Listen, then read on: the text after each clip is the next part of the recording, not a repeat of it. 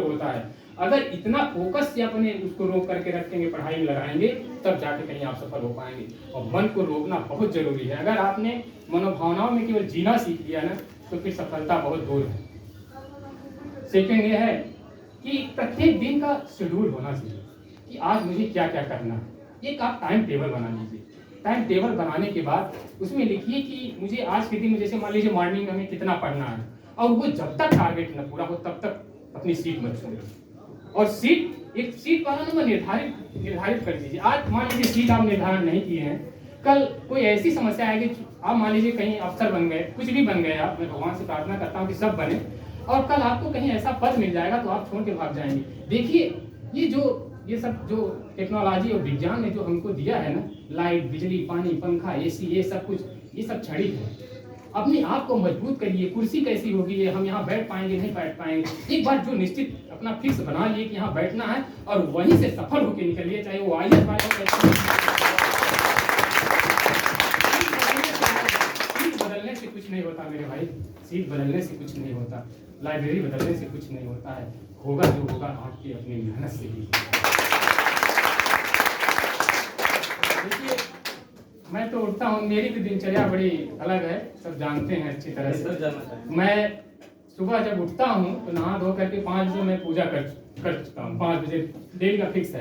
और मैं यहाँ से रनिंग करते हुए मनोकामेश्वर मंदिर जाता हूँ 5 बजे। आज मैं बारिश हो रही थी, भीगते हुए गया था, भीगते हुए आया था। ये ईश्वर की कृपा, उसमें कोई बाधा नहीं डाल सकता। अगर मुझे 12 घंटे पढ़ना है तो पढ़ना है, वो चाहे जैसे मैं पढ़ूं निकाल लेता हूँ। हाँ, दूसरे लोग नाराज हो जाएंगे, नाराज होने दो भाई, यार अपना जीवन है, अपना कैरियर है, बनाना है यार।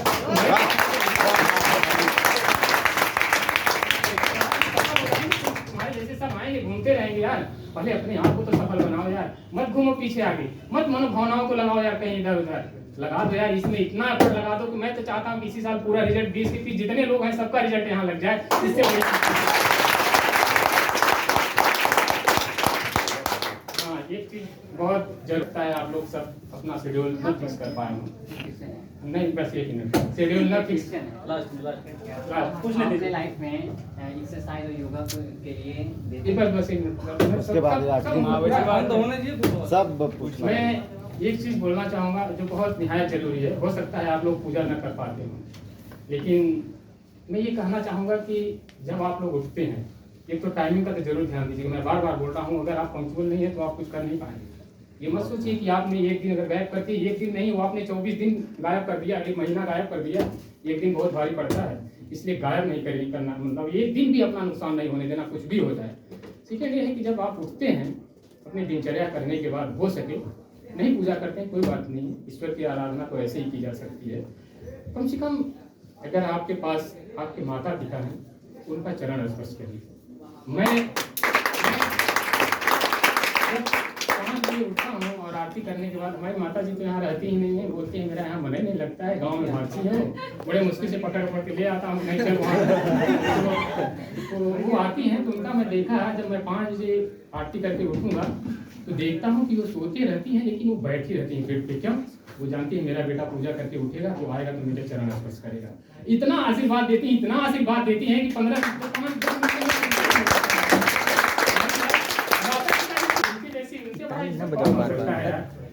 तो कम से कम अगर वो है तो उनका चरण स्पर्श करिए, अगर नहीं है तो अपने अंतर मन को 2 मिनट उनके अंदर रखिए। और तीसरा नंबर ये है कि अगर लाइब्रेरी में आते हैं तो जहाँ बैठते हैं ये हमारा मंदिर, तो कम से कम प्रणाम करिए थोड़ा सा। एक बार नहीं किसी पे याद करते हैं, माता पिता को याद कर लीजिए और याद करके बैठिए और वंदना करिए कि कम से कम जो टाइम यहाँ पे है तो अच्छे से हमारा निकले।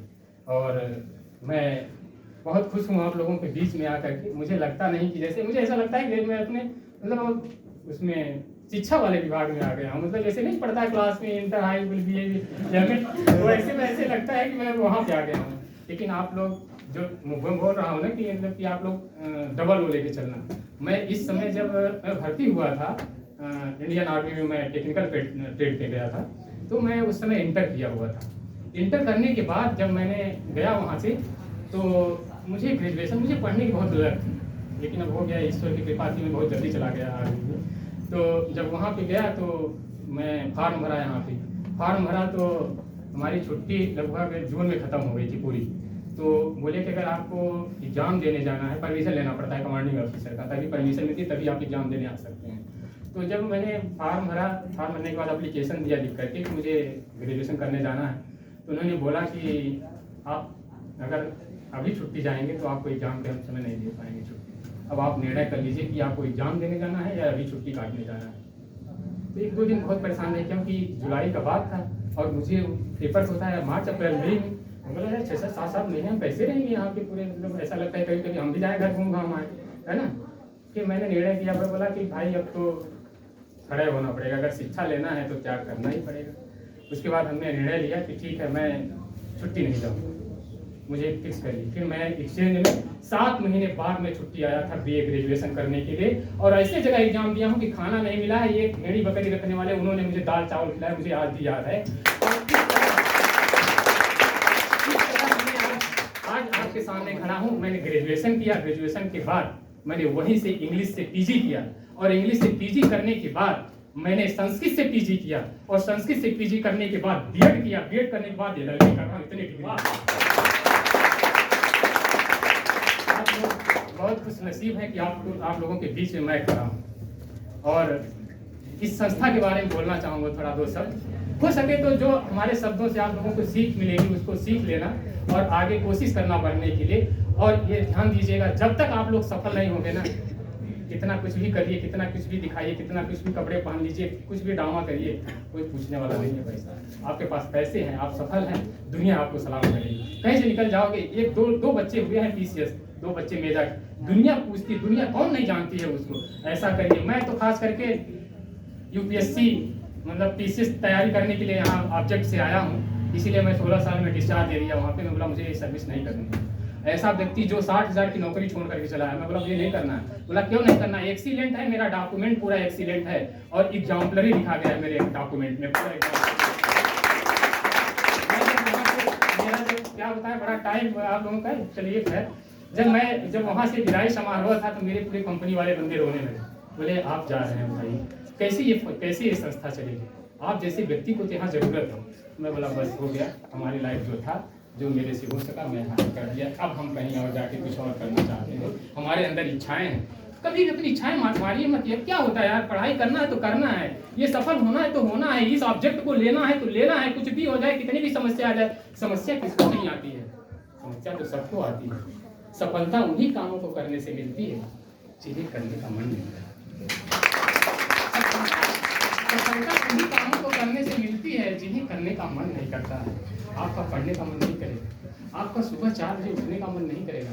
4 बजे अलार्म लगाओगे, सोचे कि 5 मिनट और सो जाएं, और 5 मिनट तो आपका 1 घंटे लेके चला जाएगा। नहीं भाई, कदापि नहीं होने देना।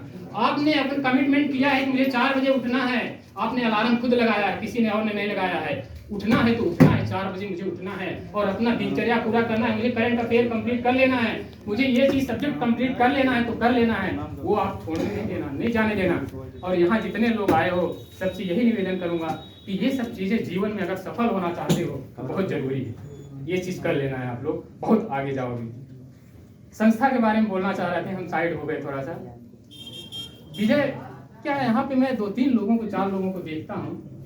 जब कोई भी व्यक्ति आता है, मैं देखता हूँ, कोई भी भाई आए या अपने कोई भी साथी आए, देखता हूँ ये लोग अपनी कुर्सी छोड़ करके, अपनी कापी किताबें छोड़ करके तुरंत भागते हैं बैठाने के लिए। मुझे तरस आता है, मुझे ऐसा लगता है कि वो भी तो पढ़ाई कर रहा है।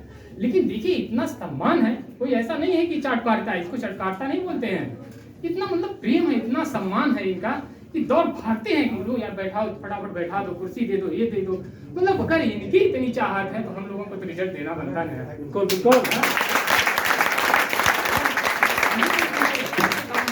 इतना हम लोगों के प्रति इनका क्या क्या बोल दिए बताइए। ये तो मैं सोचा भी नहीं था कि इतने क्या क्या इन्होंने लिखे हैं। ये तो बहुत आगे, मैं तो सब आप लोगों से सीखता हूँ। बहुत अच्छा लगा मुझे इनका जो स्टेटमेंट है ना, बहुत अच्छा लगा मुझे, और बहुत अच्छी लाइब्रेरी है ये।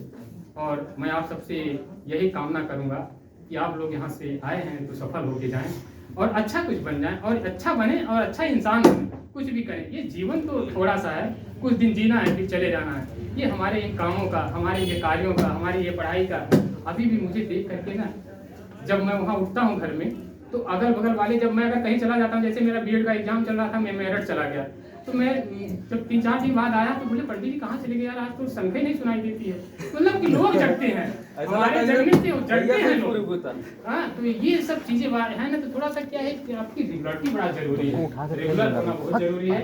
बाकी बहुत टाइम मैं ले लिया, इसके लिए अब क्या बताऊँ, कहा नहीं गया, बोलते रह गया मैं आप लोगों के बीच में। लेकिन फिर से आपको मैं यही कामना करता हूँ कि मैं आप सब लोगों का रिजल्ट ना लिस्ट में देखना चाहता हूँ, कि लिस्ट में रिजल्ट आप लोगों का दिखे और आप लोग सफल हुए, यहाँ पे आए हुए हैं। हाँ, एक चीज जरूर ध्यान दीजिएगा, मैं बताया ना कि कभी कुर्सी, कभी एसी, कभी ये लाइब्रेरी, ये कभी व्यवधान नहीं डालती, समझिए। कभी कभी सोचते हैं क्या बताया, यहाँ पढ़ने को मन नहीं कर रहा है, आपका करेगा कहाँ मन, कहाँ पढ़ोगे, यहाँ नहीं पढ़ोगे तो कहाँ पढ़ोगे यार।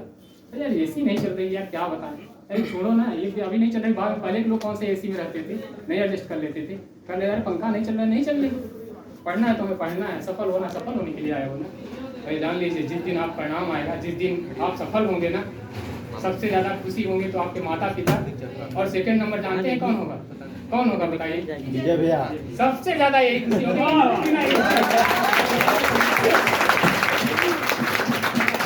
तो मैं यही चाहूंगा कि आप लोग अच्छे से सफल हों और इनका नाम रोशन करें। और मुझे इस लाइब्रेरी को, जब तक मैं ये सोचा हूँ कि मुझे इस लाइब्रेरी में जब तक रहूंगा ऐसी जगह पहुंचा दूंगा ना, यहाँ बोलते हैं ना, क्यों पड़े हो बहुत चक्कर में, एक है क्यों पड़े हो बहुत चक्कर में, कोई नहीं है टक्कर में।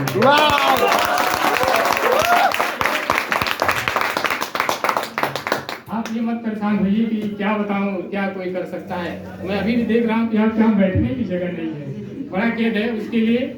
आप लोग जो जिसको सीट नहीं मिल पाई है उनके लिए मैं अपने तरफ से बहुत बहुत इसके लिए, अब क्या बताएं, नहीं हो पाया है आपके बैठने के लिए, कोशिश करेंगे अगली बार से होगा प्रोग्राम। अच्छा प्रोग्राम तो बाहर का ही था, लेकिन भगवान के अंदर पानी की वजह से, लेकिन कोई बात नहीं, बहुत अच्छा लगा आज का ये जो कार्यक्रम हुआ, ये बहुत अच्छा रहा, बहुत अच्छा रोमांचक रहा।